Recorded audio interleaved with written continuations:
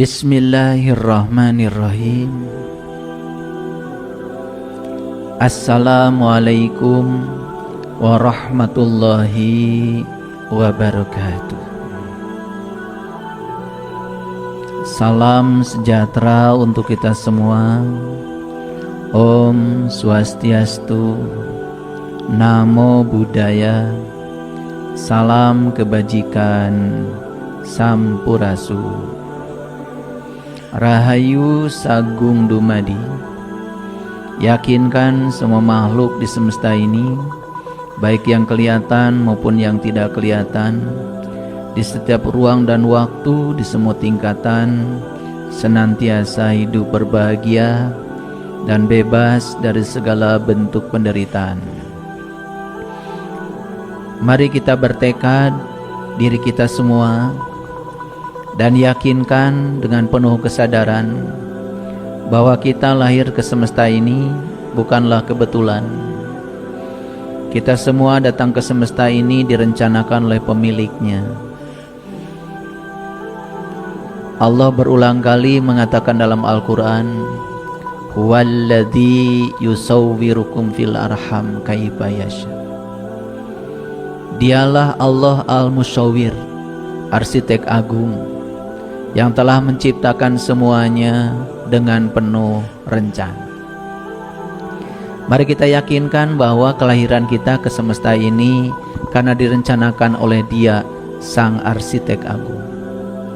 Kalau kita datang ke semesta ini direncanakan oleh Allah, berarti kita ini datang ke semesta ini terhormat karena menjadi wakilnya Allah. Kita menjadi khalifahnya Allah. Kita datang ke semesta ini tiada lain adalah untuk menjalankan visi dan misinya Allah. Kita datang ke semesta ini untuk menjadi kepanjangan tangan Allah, menyampaikan cinta kasihnya Allah. Allah yang maha pengasih, Allah yang maha penyayang, yang tidak pernah menghukum hamba yang dicintainya. Jangan percaya sama orang yang mengajarkan bahwa Allah menciptakan neraka untuk balas dendam kepada hamba yang dicintainya. Itu omong kosong. Neraka adalah ciptaan kita sendiri.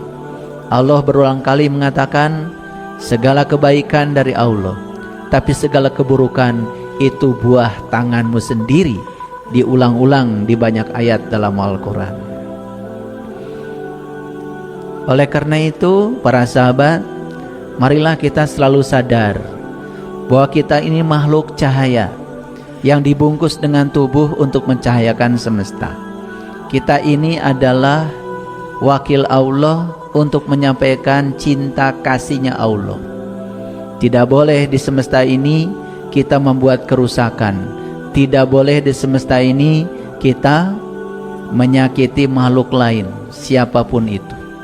Tidak boleh menyakiti pohon, menyakiti makhluk, apalagi kita menyakiti diri kita sendiri. Yuk sekarang selalu bertekad, mulai hari ini saya akan menjadi sumber cinta, sumber sukacita, sumber kedamaian, sumber ketentraman bagi semua makhluk.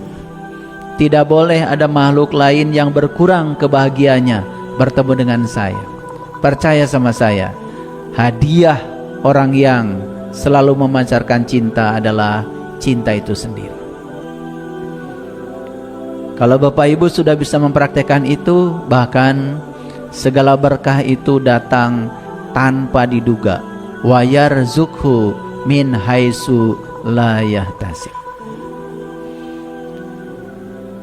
Segala puji hanya milik Allah, Sang kehadiran, Sang keberadaan, yang senantiasa membimbing kita, senantiasa mengarahkan kita, membentuk kita, agar kita tidak pernah tersesat dari jalannya.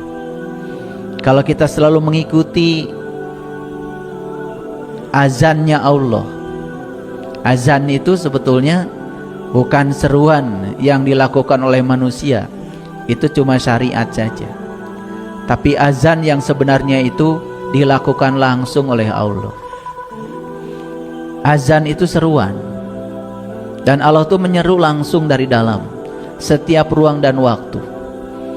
Ketika kita mau berbohong, ada yang azan dari dalam. Jangan bohong. Ketika kita mau menyakiti orang lain, ada yang azan dari dalam. Jangan melakukan itu. Ketika kita bertindak semena-mena sama orang lain, ada azan dari dalam. Jangan kamu lakukan itu. Aku tidak ridho dengan apa yang kamu lakukan. Jadi para sahabat semuanya harus sadar kalau azan itu sebetulnya ada di dalam diri kita. Tidak pakai pengeras suara, tapi suaranya lantang dari dalam. Jujur ya, saya tanya semuanya. Bapak Ibu sering mendengarkan seruannya? Sering. Itulah azan yang sebenarnya. Tapi azan yang itu, yang langsung dilakukan oleh dia pemilik kita, nyaris sama kita tidak didengar. Padahal itu adalah bimbingan sejati darinya. Ya, jadi azan itu bukan 5 waktu. Azan itu setiap saat. Di sini selalu ada. Selalu ada. Silahkan dengarkan azan itu dan ikuti. Pasti kita akan selalu menuju kepada kebahagiaan. Hayya 'alal falah. Hayya 'alal falah. Hayya 'alal falah. Siapapun yang mengikuti azan dari dalam, azan sejati itu, saya pastikan tidak akan menderita hidupnya. Begitulah cinta kasihnya Allah. Tidak pernah tidur, tidak pernah terkantuk, senantiasa terjaga untuk mengarahkan kita supaya tidak tersesat di jalannya. Oleh karena itu mari kita puji Dia dengan membaca hamdalah. Alhamdulillahirabbil alamin. Mari kita awali kajian kita di pagi yang penuh berkah ini, bersama-sama merasakan kehadirannya, karena Sang Hidup tidak pernah meninggalkan kita.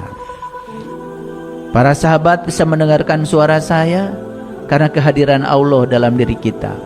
Kalau kita tidak bernapas lagi, semua fungsi dari tubuh ini tidak berguna lagi, hilang. Bahkan saat seseorang tidak diizinkan bernapas lagi, semua yang disebut miliknya berpindah tangan dalam sekejap. Semua yang dibangga-banggakannya nyaris tidak ada lagi. Semua yang disebut kehormatan, status sosial, bahkan namanya pun hilang. Begitu dia tidak bernapas lagi, namanya berubah menjadi jenazah. Namanya berubah menjadi almarhum, almarhumah. Bahkan nama yang diberikan oleh orang tuanya tidak ada lagi, tidak disebut lagi. Gelar-gelar yang melekat di namanya pun hilang. Gelar jenderal hilang, gelar profesor hilang, gelar doktor hilang, gelar dokter hilang, gelar insinyur hilang. Semuanya tidak berguna lagi. Bahkan bukan sekedar itu, nyaris tidak ada yang bisa dibanggakan lagi. Dan setelah itu tubuhnya pun diasingkan oleh keluarganya. Supaya disebut terhormat, akan diistirahatkan di tempat istirahat yang terakhir, padahal dikuburkan.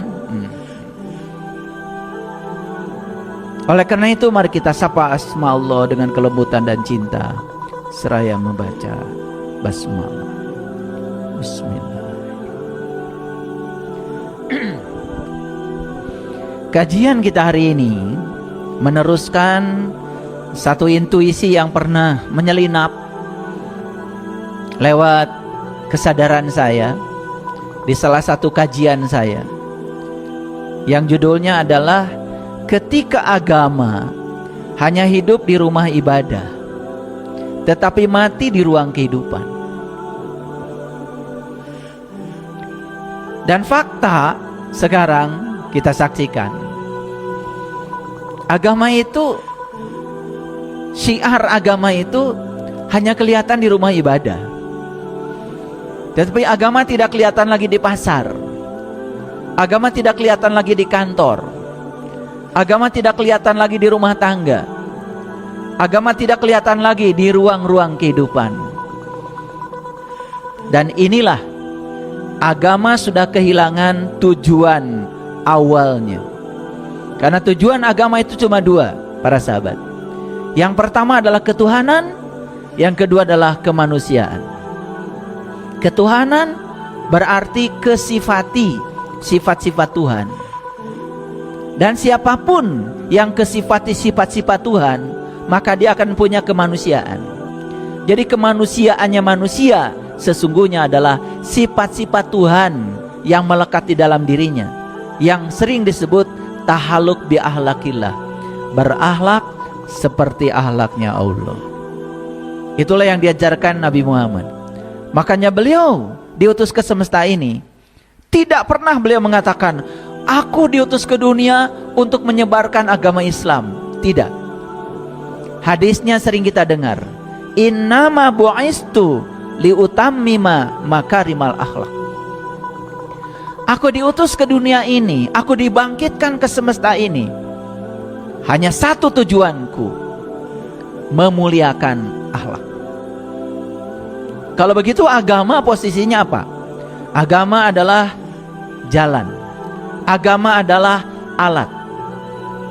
Kalau begitu sholat adalah alat, wudu adalah alat, syahadat adalah alat, zakat adalah alat, saum adalah alat, haji, umroh, semua adalah alat, semua instrumen, bukan tujuan. Karena tujuan agama adalah akhlak. Makanya sekarang Departemen Agama sedang gencar-gencarnya ya menyebarkan konsep ekoteologi. Eko itu artinya bumi, lingkungan, tempat kita hidup. Teologi itu adalah ketuhanan. Sehingga orang yang bertuhan itu kelihatan dari akhlaknya. Orang yang bertuhan kelihatan dia membawa sifat-sifat Tuhan dalam dirinya. Orang yang bertuhan, dia selalu sadar bahwa dirinya menjadi kepanjangan tangan Tuhan untuk membawa misi Tuhan. Apa itu misi Tuhan? Menyampaikan sifat-sifat Tuhan. Makanya Asmaul Husna itu bukan 99. Nama itu tidak ada artinya kalau tidak ada barangnya. Banyak orang yang minta nama sama saya. Istri saya akan melahirkan sebulan lagi. Tolong ya, kalau ayah berkenan, katanya minta diberikan nama. Saya bilang, nanti saja kalau sudah ada barang. Nanti kalau barangnya sudah ada, saya beri nama. Karena kalau barangnya belum ada, itu mau dikasih nama kemana? Jadi Asmaul Husna itu harus ada barangnya. Makanya percuma kita hafal 99 asmanya kalau tidak mengerti yang satu. Harus ketemu dulu yang satunya, sang wajibul wujudnya. Baru yang 99 itu tanpa dihafal akan datang dengan sendirinya. Ar-Rahman, Ar-Rahim, Al-Malik, Al-Qudus, As-Salam, Al-Mu'min, Al-Muhaimin, Al-Aziz, Al-Jabar, sampai As-Sabur datang dengan sendirinya. Kenapa? Kalau kita ingin merasakan sifatnya garam, sudah menyatu dengan garam, maka sifatnya akan datang dengan sendirinya tanpa diundang, yang namanya asin. Kalau kita ingin mengetahui sifatnya gula, yaitu manis, tidak usah mendengarkan ceramah tentang gula, tidak usah baca buku tentang gula, menyatu saja manunggal dengan gula, maka rasa gula tanpa diundang akan hadir kepada kita, yang namanya manis. Sama ketika kita selalu menyadari kehadiran Allah dalam diri kita, bahwa Dia tidak pernah meninggalkan kita, Dia selalu bersama dengan kita. Bahkan Allah mengatakan wa huwa ma'akum, wa huwa ma'akum, wa huwa ma'akum aina ma kuntum. Berulang kali Allah mengatakan seperti itu. Tetapi tidak disadari keberadaan Dia dalam diri kita. Ketidaksadaran akan kehadiran Allah itulah yang membuat sifat-sifatnya tidak melekat dalam diri kita. Makanya banyak orang yang mengaku bertuhankan Allah, tapi sifatnya jauh dari panggang dari api, jauh dari sifat-sifat Allah. Pendengki, pendendam, bahkan rela menyakiti orang lain. Yang lucu lagi, menyakiti makhluk lain menggunakan agama dan Tuhan. Inilah topik kita. Ketika agama hanya hidup di rumah ibadah, tetapi mati di ruang kehidupan. Para sahabat, kalau kita duduk sebentar nonton televisi, jarang televisi itu memberitakan berita positif. Beritanya itu selalu pelecehan seksual, pembunuhan, perampokan, korupsi, tawuran, perang. Kalau kita kelamaan nonton TV yang seperti itu, bahkan kita pun jadi negatif, karena mengizinkan semua informasi, energi itu masuk ya di ruang memori kita. Jadi seolah-olah kehidupan itu nggak ada yang positifnya. Setiap hari itu berita itu yang begitu. Dan lucunya, berita yang seperti itu yang laku, sehingga ratingnya TV itu menjadi sangat luar biasa, karena masyarakat kita memang senang dengan berita itu. Saya pernah tinggal di sebuah negara, dan setiap hari kita setel televisi. Di negara itu yang disebarkan itu bukan yang seperti itu. Bagaimana membuat makanan yang enak, bagaimana bertani yang bagus, bagaimana mengembangkan teknologi. Yang diajarkan tuh secara edukasi kepada masyarakat itu hal-hal yang membangun. Saya perhatikan masyarakatnya juga jadi positif dan menarik semua hal yang positif. Jadilah dia negara maju. Barangkali media di kita pun harus refleksi diri. Ya. Ada program pemerintah yang namanya makan bergizi gratis. Mempekerjakan lebih dari 600.000 orang. Bahkan banyak ya di komunitas saya tanya, kenapa Anda nggak pernah ketemu saya lagi? Alhamdulillah ayah, sekarang saya kerja di SPPG. Saya setiap hari menyiapkan makan buat anak-anak. Oh, luar biasa. Lebih dari 1 miliar sajian makanan yang sudah dibuat oleh pemerintah. Lalu ada keracunan yang jumlahnya tidak sebanyak yang sudah disajikan pemerintah. Setiap hari beritanya selalu aja keracunan, keracunan, keracunan. Apa yang terjadi? Bahkan anak-anak sebelum makan sudah takut makanannya adalah racun. Ini yang tidak dipikirkan oleh media kita. Seolah-olah menyebarkan isu yang seperti itu bagus, lalu dicari-cari terus kesalahan-kesalahan, dan itu disebarluaskan. Kayaknya kita harus taubatan nasuha ya. Masih ingat ya Pak Nasuha?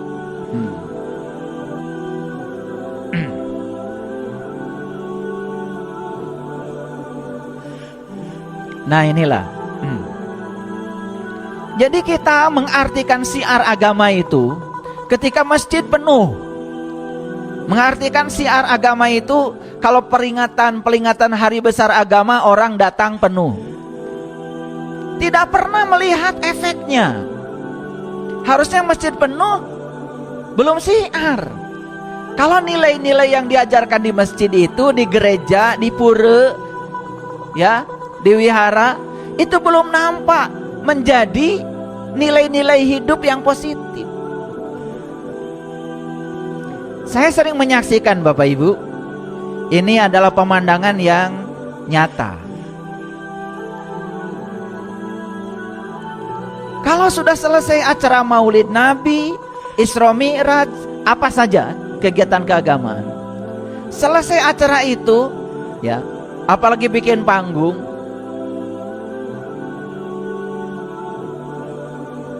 Bisa ditebak mau saya bicarakan? Apa kira-kira? Sampah bertebaran di mana-mana. Bahkan yang lebih lucu lagi ya, di Arafah itu, selesai orang wukuf di sana, itu ribuan ton sampah yang harus diangkut oleh pemerintah Saudi. Kesadaran untuk memindahkan sampah ke tempatnya saja masih di tempat itu nyaris tidak ada. Padahal hadisnya kan jelas, an-nadofatu minal iman, kebersihan sebagian dari iman.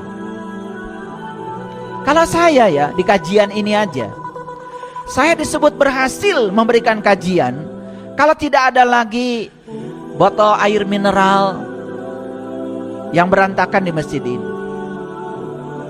Sudah disediakan tempat sampahnya.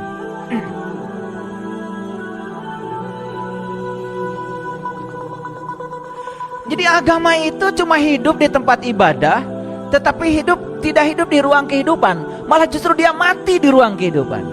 Pertanyaan besarnya apa? Kenapa bisa begitu?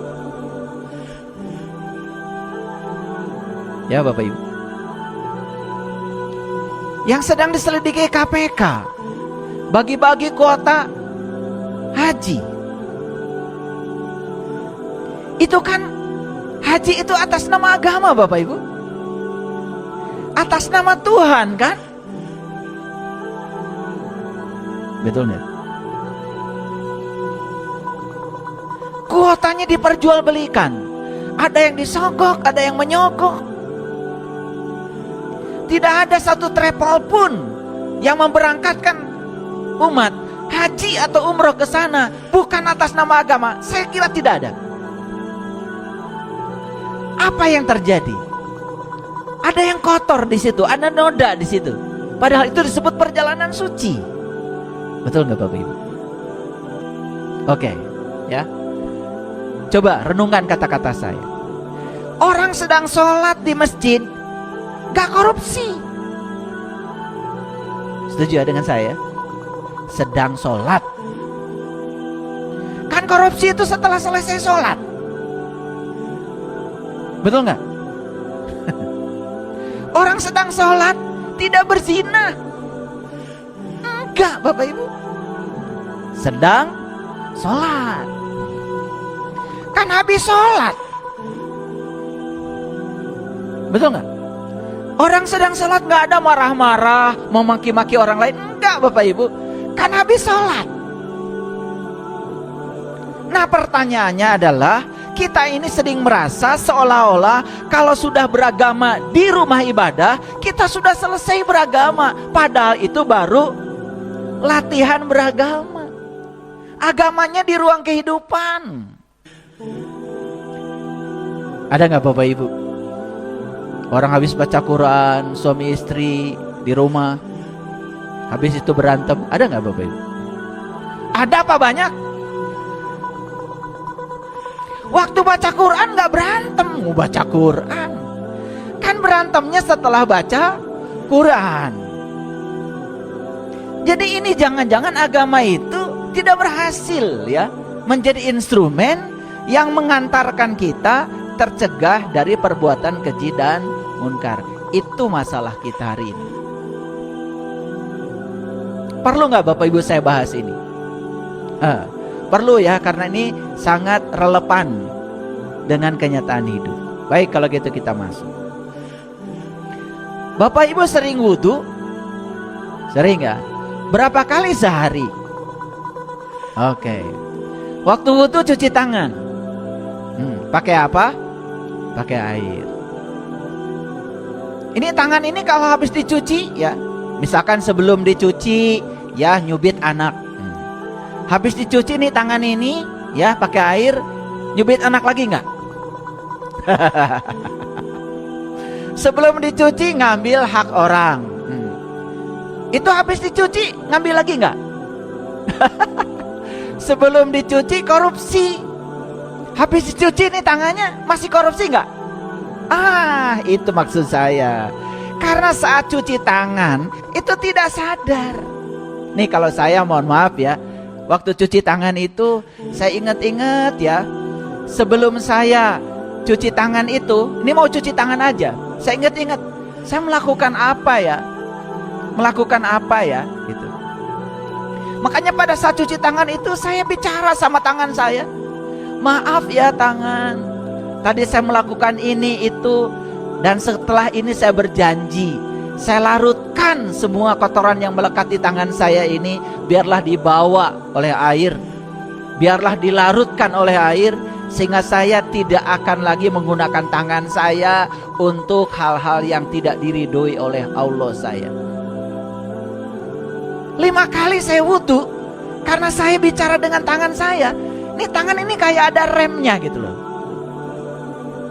Misalkan gini Bapak Ibu, biasanya kalau saya kemana-mana itu ya, itu makanan itu selalu banyak. Apalagi kalau saya ngasih tahu, oh nanti saya mau datang ke rumah kamu ya, wah itu udah masak dari sejam malam, segala ada. Tangan saya diuji nih habis wudhu ya. Daging ada, sate ada, ayam ada, gepuk ada, bahkan itu yang namanya ikan, bakarnya ada, pepesnya ada, gorengnya ada, ya, yang terbang itu, bakarnya ada, cobeknya ada. Ini saya bukan ngada-ngada ya, saking ingin membahagiakan, menghormati saya, semuanya ada. Kan tangan saya diuji Bapak Ibu, perut saya ini kan terbatas. Saya juga cuma makan 1 kali, nanti aja jam 1 saya makan, itu juga terbatas sedikit. Saya hanya mengambil yang saya butuh. Saya tidak makan daging, saya hanya makan ikan. Kalau ikan saya masih makan. Ya dan begitu belum kenyang, ya udah selesai. Tidak mumpang-mumpung karena banyak mubazir. Coba Bapak Ibu, sakit perut itu dari mana? Dari sini.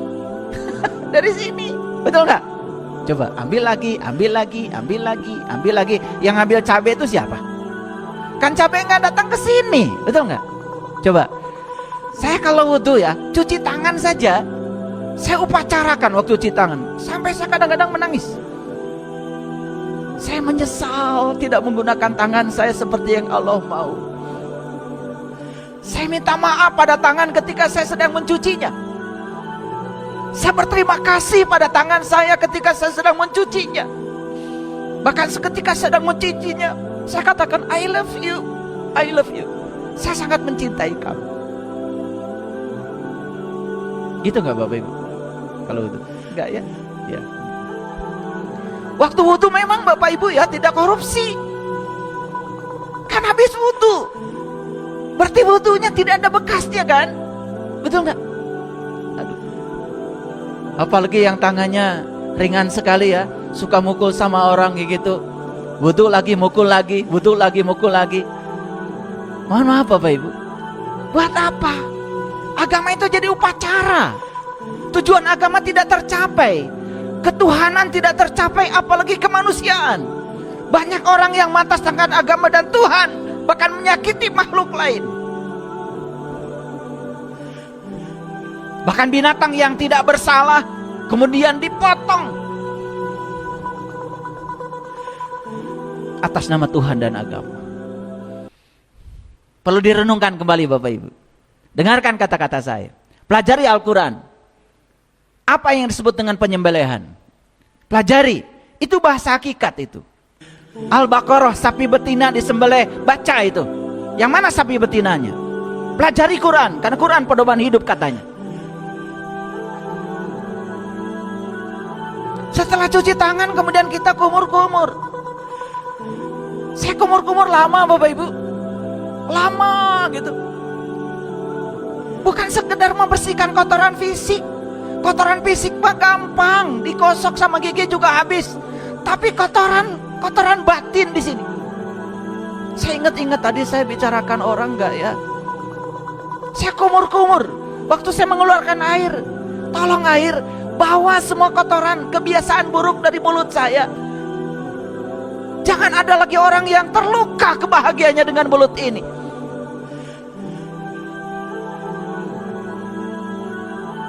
Coba Bapak Ibu, sebelum wudu ngomongin orang, habis wudu masih di tempat wudu sama ibu-ibu yang lain menyebarkan fitnah, ghibah, memfitnah orang. Buat apa? Buat apa? Coba ketika kumur-kumur itu, ya, ingat-ingat ya, berapa banyak orang yang terluka oleh mulut saya. Berapa kali anak saya tersinggung oleh kata-kata saya. Coba ingat ya. Selesaikan di wudu itu. 3 kali kita kumur-kumur. Jadi kalau sehari semalam 5 kali, 15 kali kita kumur-kumur. Coba berkumur mulai sekarang dengan kesadaran. Bawa, ajak bicara. Ajak bicara. Terima kasih pada gigi, terima kasih pada lidah, terima kasih pada mulut. Terima kasih dia sudah diizinkan Allah untuk merasakan semua cita rasa makanan. Izinkan, ajak bicara. Saya tidak boleh lagi terlibat oleh gosip. Saya tidak boleh lagi membicarakan keburukan orang. Saya tidak boleh membicarakan sesuatu yang meruntuhkan diri saya, melemahkan diri saya. Kan mulut sering bicara. Itu nggak mungkin. Saya kemarin ketemu dengan orang yang sedang kegelapan. Lalu saya kasih saran. Apa jawabannya? Sudah gelap Pak bagi saya. Seolah-olah sudah akhir dari segalanya begitu. Cuman karena apa? Karena punya utang ke bank. Itu sudah gelap. Seolah-olah rumahnya sudah selesai, mobilnya sudah selesai, hartanya sudah selesai. Karena dia yang mengatakan, saya sudah gelap Pak. Seolah-olah tidak ada Tuhan. Tiap hari dia wudu, tiap hari dia sholat, sampai hitam ininya. Tapi jawabannya seperti itu. Udah gak masuk lagi nasihat saya. Waktu memasukkan air ke hidung, apa yang dikatakan Nabi? Nabi Muhammad mengatakan, ya Allah, masukkanlah bau surga ke dalam hidungku. Sedot lagi, ya Allah, mau masukkanlah bau surga ke dalam hidungku.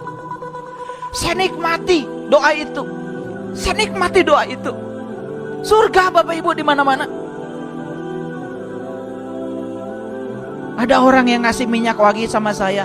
Minyak wangi yang saya suka, bukan minyak duyung. Karena saya setiap wudu, saya tarik air, ya Allah, masukkanlah bau surga ke dalam hidungku. Naik pesawat, yang duduk di sini wangi, cantik lagi. Udah bau, bau badan, bau mulut, segala bau. Itu jangan-jangan wudunya tidak pernah ngobrol dengan hidung kita. Ya,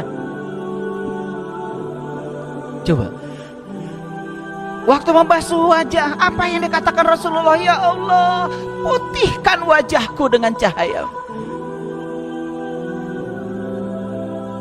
Kulit saya tidak hitam, tidak putih, ya seperti inilah. Kalau istri saya bilang, katanya ayah nggak hitam, sawo, tapi matang katanya sawonya. Ya memang begini ya gennya.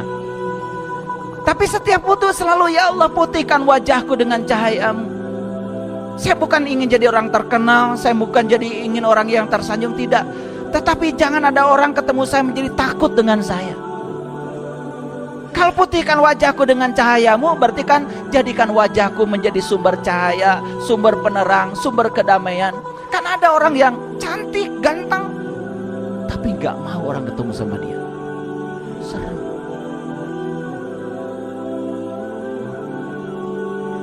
Saya kalau membasuh tangan kanan, tangan kiri, kalau tadi kan baru membasuh telapak aja ya. Ketika membasuh tangan kanan, saya bilang, ya Allah, terima kasih. Betapa banyak jasa tangan kananku ini. Ketika saya membasuh tangan kiri, ya Allah, luar biasa tangan kiri ini. Karena ketika tangan kanan saya sakit, Dia yang merawat ya Allah. Saya tidak pernah mengatakan ini tangan setan. Tangan saya. Kan kalau gatal yang kanan, yang garuk yang kiri. Masa yang garuk setan? Dari kecil kita sudah di framing seolah-olah tangan kiri itu buruk. Tangan kiri ini tangan setan, kan begitu?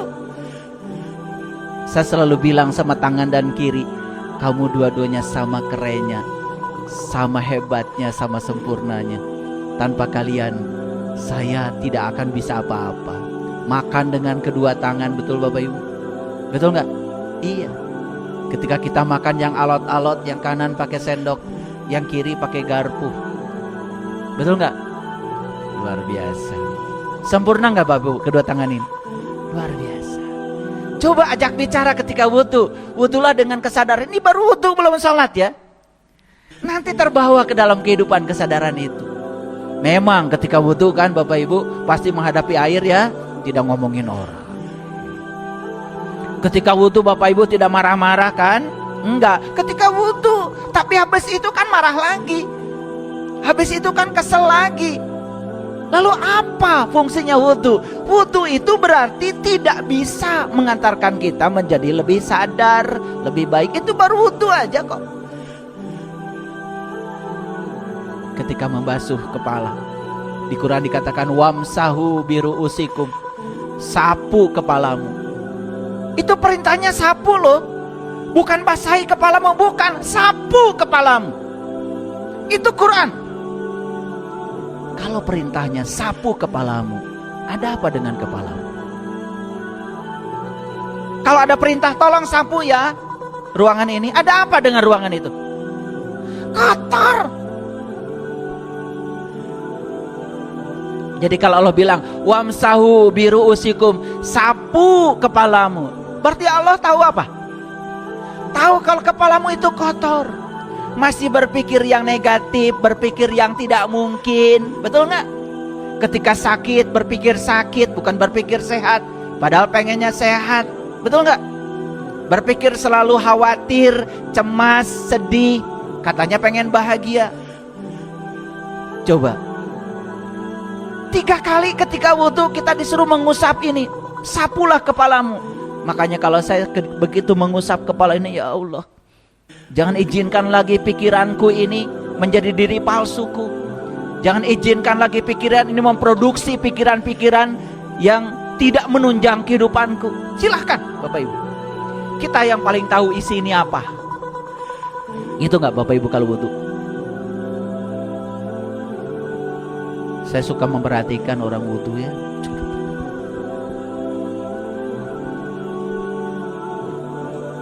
Selesai itu ketemu sama temannya, sama-sama penggosip. Langsung menggosip di tempat wudhu.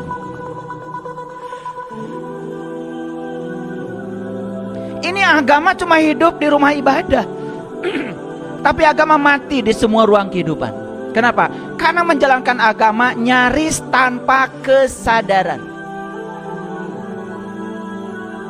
Kemarin saya ke Nagreg gitu, lagi survei. Ada gunung batu di sana yang mau diambil manfaatnya. Saya diminta untuk menjadi konsultan, pergi ke sana. Orang masih di bawah, saya sudah di atas. Ada yang tanya sama saya, Bapak usianya berapa? Alhamdulillah saya mau 60. Padahal yang 45, yang 37, bahkan ada tentara juga masih di bawah ngos-ngosan. Sampai di atas saya kasih tahu, apa rahasianya Pak? Rahasianya saya kalau wudu, saya bilang, ya Allah kuatkan kakiku dalam menjalani segala tugas dan perintah. Gak ada kesemutan kaki saya. Dan ketika melangkah, saya tidak pernah melihat tanjakan. Saya lihat aja satu langkah di depan. Saya tundukkan kepala saya, satu langkah, satu langkah. Karena kalau kita menundukkan kepala, tanjakan itu nyaris gak ada. Gak ada tanjakan itu. Tanjakan itu kan karena kita, wah nanjak, tuh udah capek. Suka begitu Bapak Ibu? Ngos-ngosan kalian. Saya cuma ngasih syarat gitu aja. Ya, saya kasih saya kalau wudhu, saya angkat kaki saya, ya Allah, kuatkan kakiku dalam menjalani syiratmu. Kuatkan kakiku dalam menjalani semua titah dan perintah. Sampai sekarang kaki saya, Bapak Ibu, naik gunung nggak ada masalah. Gunung Salam, Gunung Ceremai, gunung apa, nggak masalah. Suka gitu nggak Bapak Ibu kalau wudhu? Ya, yang penting cuci tangan, cuci kaki aja ya, udah langsung suci, betul nggak? Makanya habis wudhu langsung awas. Habis wudhu Bapak Ibu suci atau sok suci?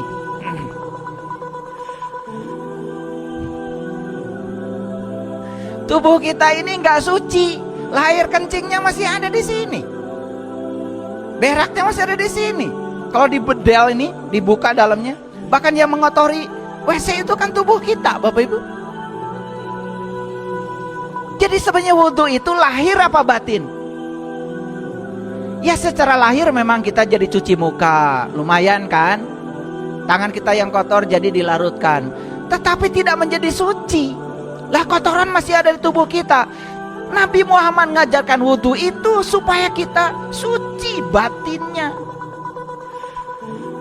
Dan kita sok suci aja lahirnya, batinnya sekotor apa nggak peduli, betul nggak?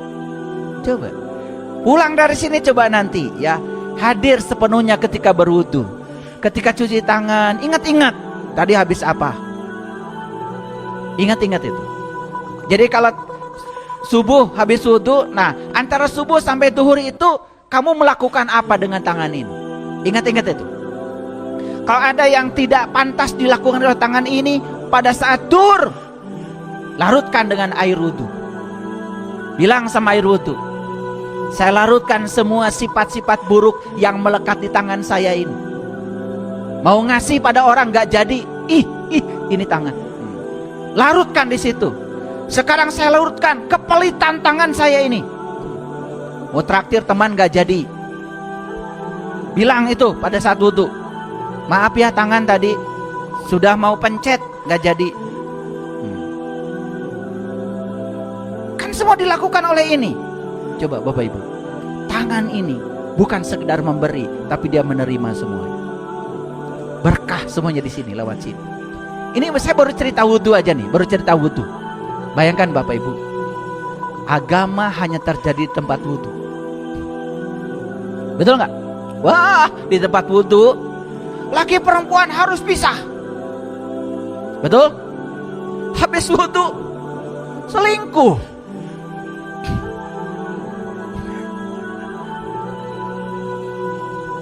Di pesantren itu tempat wudhu laki dan perempuan pisah Bapak Ibu.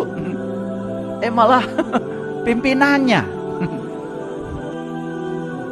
kurang ajar kan? Maaf ya, saya harus bicara ini. Ini nggak nyampe-nyampe dari tadi ya. Ini baru wudhu aja. Paham sampai sini? Paham? Coba mulai sekarang nih saya kasih pelajaran sederhana. Nanti setelah ini wudhunya berkesadaran. Begitu lihat air, bilang terima kasih air, kamu keren, kamu sangat berguna. Tolong ya air, larutkan semua kotoran yang melekat dalam tubuhku. Bilang sama air begitu. Bilang sama air itu. Air itu pelarut yang sangat bagus.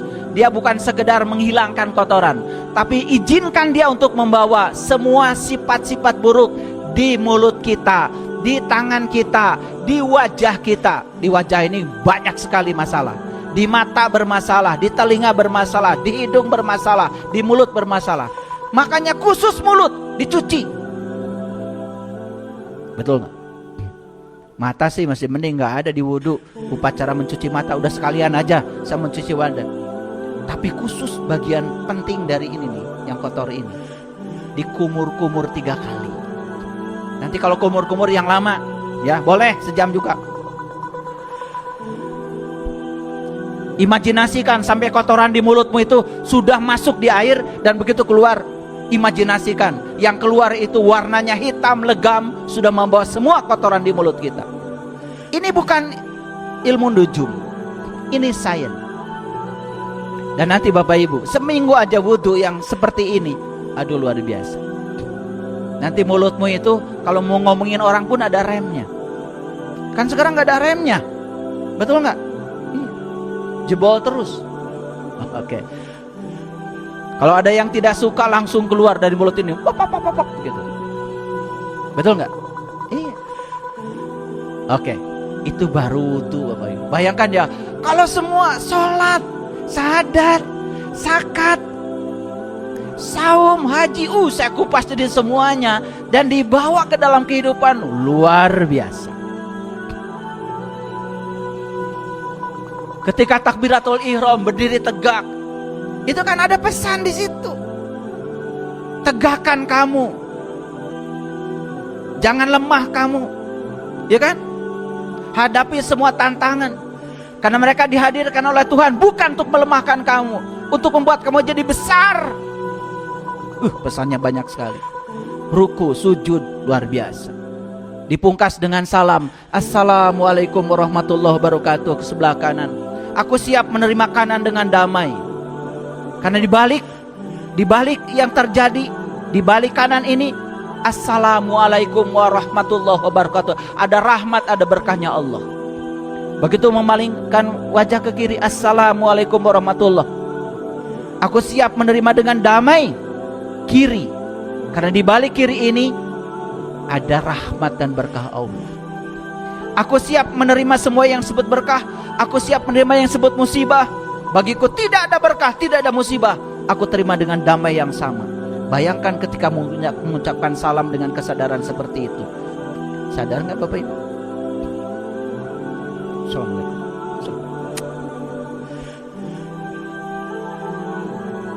Pakai ya, di orang Arab pakai gini ya, karena waktu itu di sana kan habis sholat banyak pasir. Semua tuh gerakan ada maksudnya. Cuman kita nggak mau belajar kan, betul nggak? Coba. Dan saya tidak tertarik untuk membahas satu persatu semua ritual, tidak Bapak Ibu. Saya cuma ngasih contoh-contoh kecilnya saja. Tapi bayangkan kalau semua ritual itu dilakukan dengan kesadaran, dibawa ke dalam kehidupan, itu keren sekali. Keren. Oke. Makanya pantas ya kalau ada ayat seperti ini. Ara'aital ladzi yukadzibu biddin. Tahukah kamu siapa pendusta agama itu? Ini pertanyaan dari Allah. Tahukah kamu siapa pendusta agama? Yang mengatasnamakan agama, mengatasnamakan Tuhan, tetapi hidupnya membuat onar, merusak persatuan, membuat kerusakan di muka bumi. Bapak Ibu, satu-satunya yang punya definisi agama yang lengkap itu bangsa Indonesia. Saya terkejut ketika saya membaca buku leluhur. Di situ ada definisi agama, peninggalan leluhur kita di Nusantara. Apa katanya agama?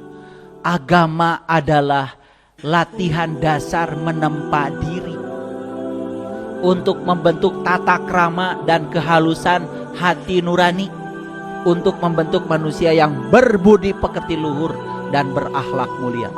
Bayangkan, tidak ada di negara manapun yang punya definisi agama seperti leluhur kita. Ulangi ya, ulangi. Tangkap intisarinya.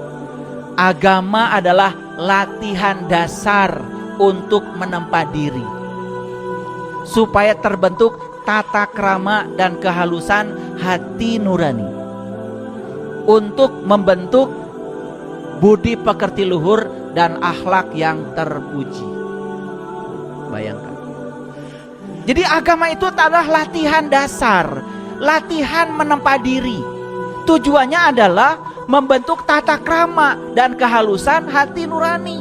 Harusnya orang beragama itu punya tata krama.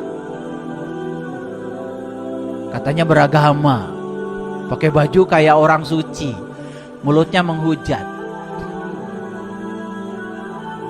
Dan yang model kayak gitu justru pengikutnya banyak, bingung saya.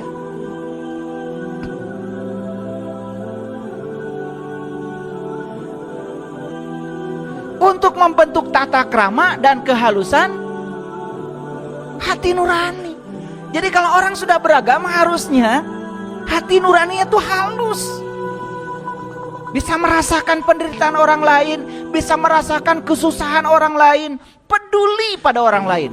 Makanya puncaknya agama adalah kemanusiaan dan ketuhanan. Hasilnya apa?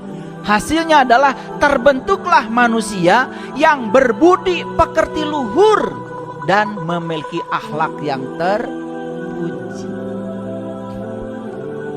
Kira-kira berdasarkan definisi agama seperti itu, menurut Bapak Ibu sekarang, tidak usah tanya orang lain, apakah agama yang dianut Bapak Ibu hari ini, saat ini sudah berfungsi seperti itu?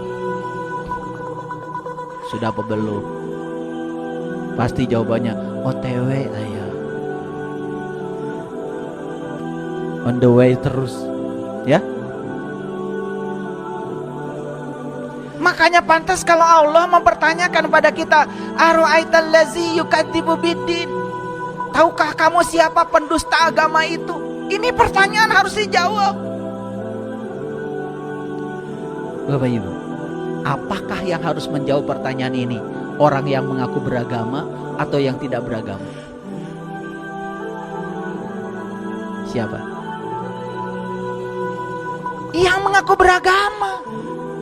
Tidak ada kaitan dengan orang yang sudah sama sekali tidak beragama. Ini ayat buat mereka yang mengaku beragama, yang suka mengatasnamakan agama untuk segala sesuatu.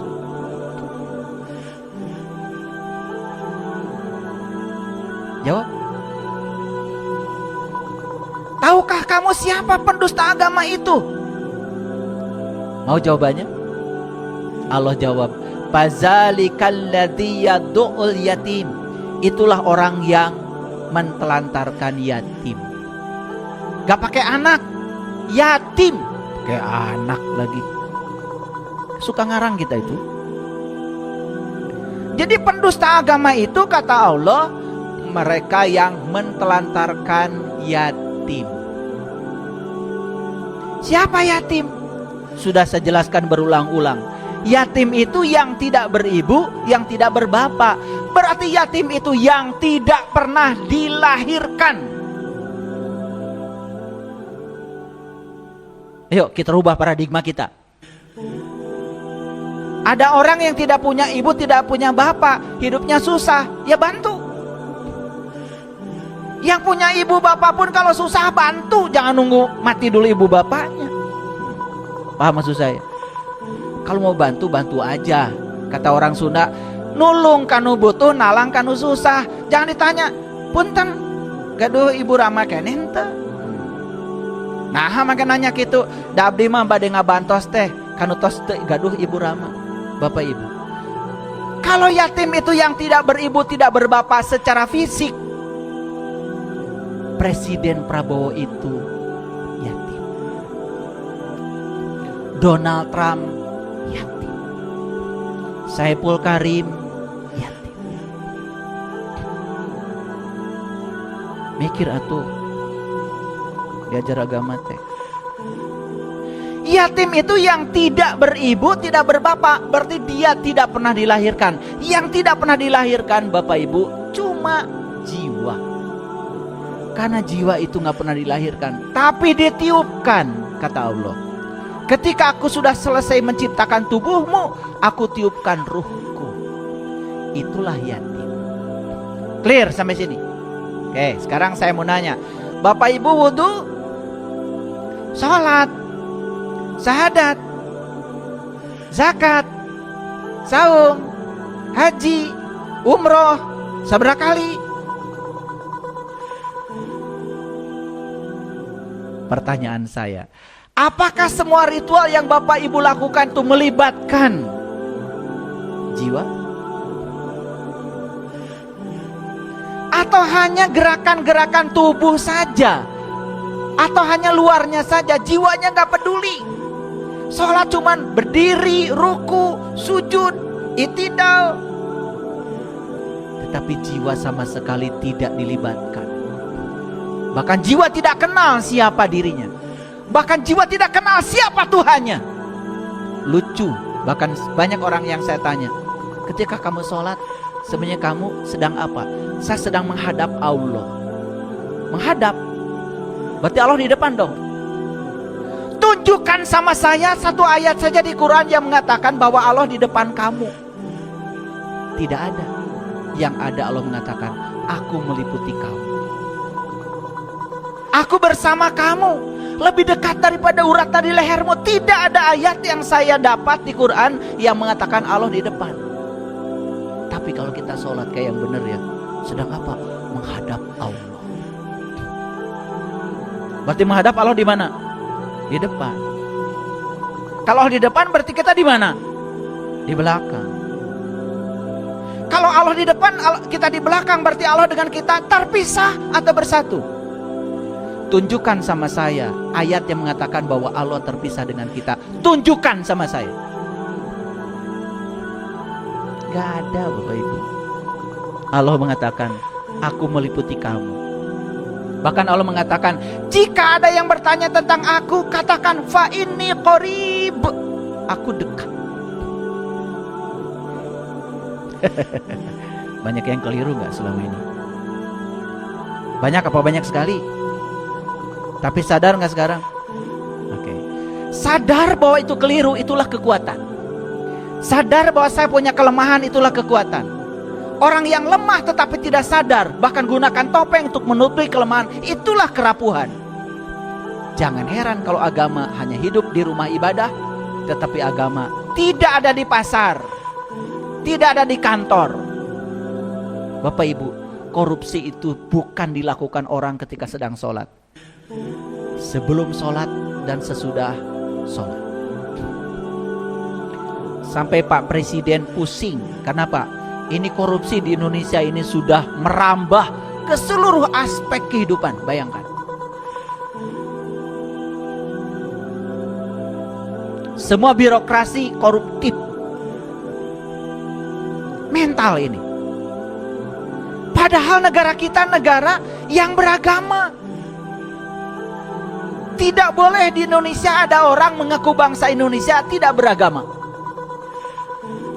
Semua harus mencantumkan agama di KTP-nya. Kira-kira Bapak Ibu setelah dengar kajian saya ini, ada rasa sedih nggak? Ada rasa sedih nggak? Sedih nggak? Mikirin siapa? Wudhu sejak kapan itu, Pak? Bu? Saya dari kecil. Sholat sejak kapan? Saya kecil. Tetapi ngomongin orang, jalan. Dendam sama orang, jalan. Fitnah sama orang, jalan. Betul nggak? Konflik dengan pasangan, jalan.